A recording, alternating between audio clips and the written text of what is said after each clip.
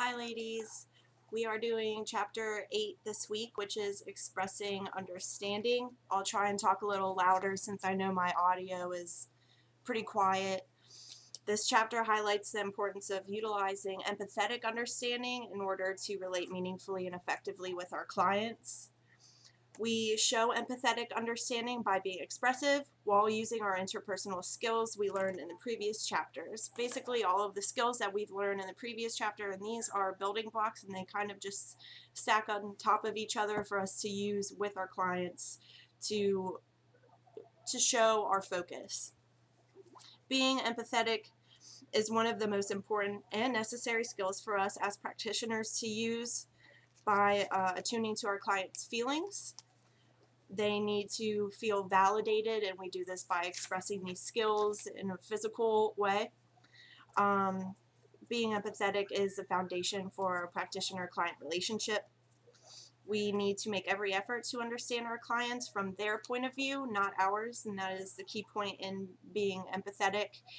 We're not putting our experiences in front of theirs. It's validating their own experiences as if we're walking in their shoes.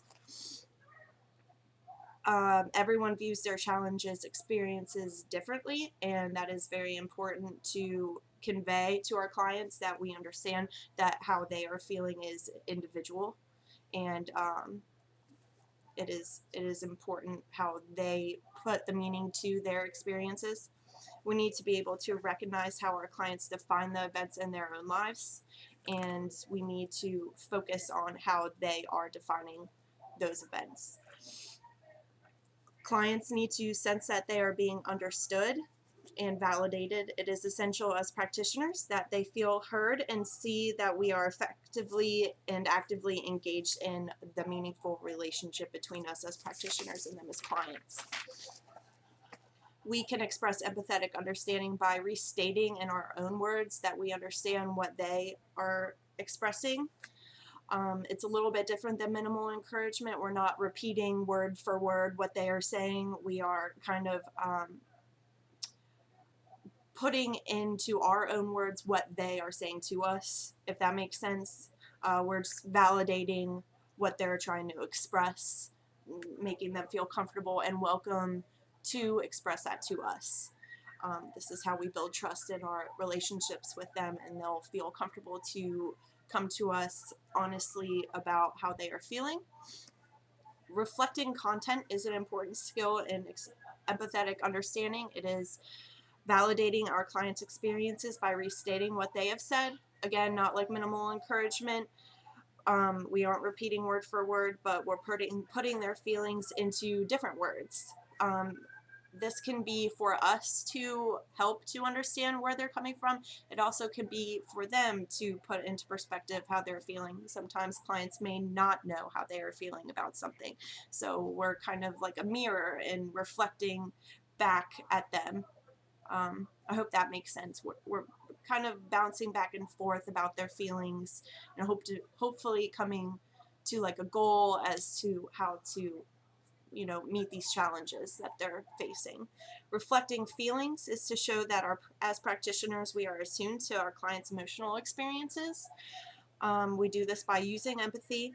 This requires being attuned to body language, tone of voice, facial expressions to determine how the clients are feeling. Again, they might not know, they might not be aware, and so we're reading them and kind of helping them determine how they are feeling. It allows the client to feel understood at a core level. If they're talking to us and we can detect that they're getting frustrated or they're sad about something that they're expressing, they're going to feel understood because we're paying attention to that. We can do this by using a softer voice or leaning forward to imply a deeper connection.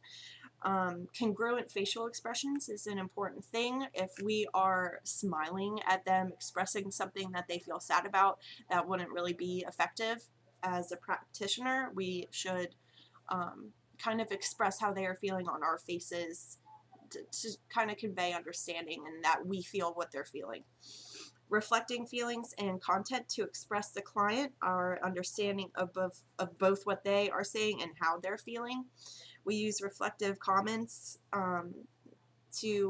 this could be used for practitioner benefit to um, kind of convey more information in our reflecting feelings. Deeper understanding can be demonstrated through reflective comments. Summarizing is another method to express empathetic understanding. Same as reflecting, but it covers more information. We are stating the many things the client has expressed, and in this um, demonstration with summarizing, it is okay to interrupt. Most times it is inappropriate and rude to interrupt, but if a client is giving us a lot of information, we can kind of actually convey a better understanding if we are interrupting and being like, okay, let me get these points straight before you continue, so we can be on the same page. We can summarizing can be used to close a meeting to assure clients key points have been understood. This is extremely effective in groups, so that if everyone in a group is sharing, we summarize at the end to get the key points from each client or group member. Reflecting meaning shows understanding of underlying meanings of what clients are discussing. This is effective by not only observing but listening for possible meanings a client is giving to a situation, action, thought, or feeling. This is deeper meaning. Sometimes client might be looking for that from us, so we reflect meaning maybe kind of to, what's the word? It's to observe, but at a deeper level. The framework for a positive working relationship is being sensitive to diverse issues, which is very important in the meaning a client gives to situations. Meanings of experiences may be different for clients of different ethnic groups, ages, genders, religion, or physical ability. It is important to express empathy to different groups or cultures to show we are actively understanding. One thing to a 16-year-old might mean something different to them than a 60-year-old, or a Christian might feel differently about a situation than, let's say, an atheist. So all of the skills from this chapter, previous chapters, like I said, are building blocks to demonstrate our focus to our clients. Especially, the displaying warmth or being empathetic, observing and listening, all of this can be used to convey understanding. I would like to give an example of all of these. I'll try to go through it fast because I know this is already starting to be a long video. A client comes to you and says that their mother is sick and they are caring for them. They say, my mother is in and out of the hospital and is completely dependent on me when she isn't in the hospital. So to reflect content, you could say, it seems that there is a lot on your shoulders with your mom. It's a very short summary of what they're telling you about caring for your mom, and also if they're dealing with her being in and out of the hospital as well.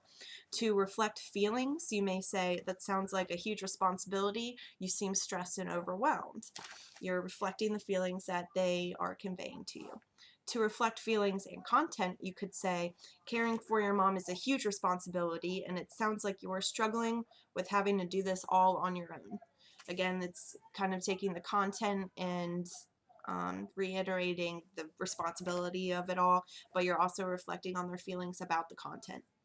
To summarize, you could say your mother is ill, and if she's not in the hospital, she is under your care, and this is overwhelming and stressful for you to do on your own. It's repeating back what they said, but in a more detailed fashion to kind of show them that you understand completely what they are saying to you. Reflecting meaning would be, you could say, you care and worry about your mom, but you are losing your own ability to have a life due to caring for her.